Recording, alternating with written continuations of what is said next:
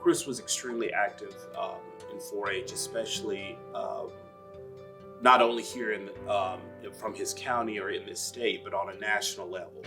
A lot of people knew him throughout the country, and I think it was due to his activities. We had a lot of trips and things that people went on. Citizenship Washington Focus, which I think was an opportunity for 4-Hers to go from throughout the country. They met up in Washington, D.C. for a week at the National 4-H Center, and I think that's how he got to know a lot of people.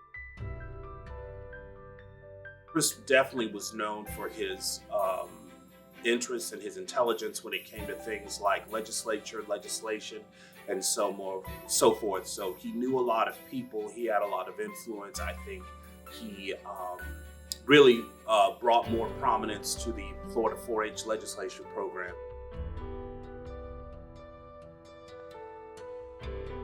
He was incredibly enthusiastic about everything he did. You know, some days he would almost bounce off the walls with some of the stuff that he always wanted to do, and so forth. He worked with vigor. He was a hard worker. He had passion about a lot of these things, and his interest didn't just go to just leadership activities, but citizenship activities, public speaking.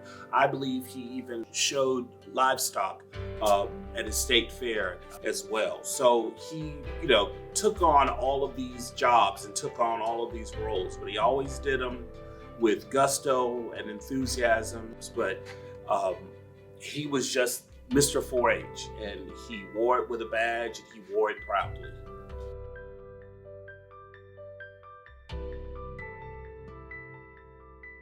I met Chris probably day one of his freshman year in college. I was teaching a seminar for freshmen, and he applied. Everybody, all the other students that applied, with like a one-page application. Chris showed up with a 3-ring binder with everything that he had done from elementary school, high school, everything that he had done. So he handed me that, and I thought, this is going to be an extraordinary young man.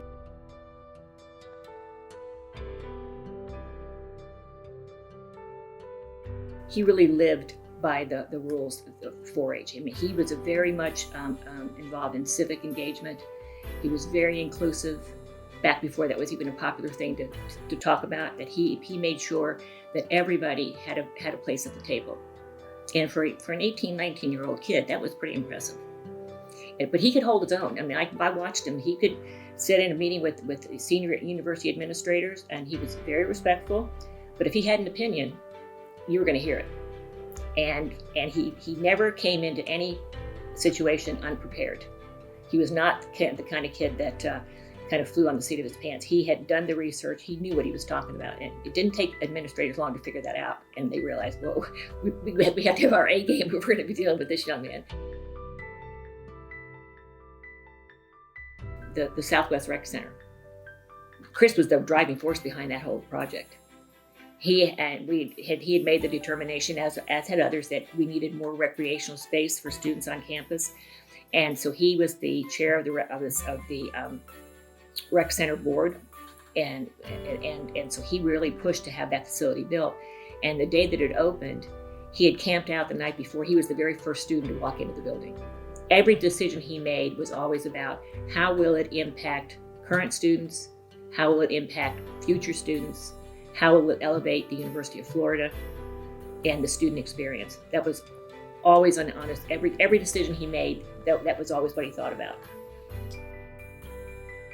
He's the type of person that exemplifies making the best better. I think it's great when folks work in their counties, and their county programs are very, very strong, but there's something to be said when you sort of step out of the comfort zone in your county and do things on the district and the state and even the national level. And I think that's just how prominent he became.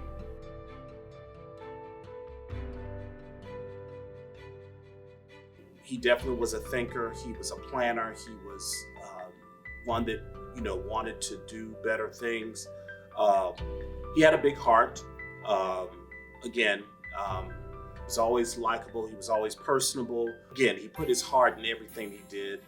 Hands to larger service. He was always willing to serve. He wanted to be a leader. He wanted to learn. He was a learner, lifelong learner. And then, of course, his health to better living. He loved to laugh. He was always personable, always good, positive attitude. He was always working hard for his club, his community, his country, and his world. He's an example for all of us who have come up through 4-H, but turned around and put our hand backwards and helped pull those people younger than us up.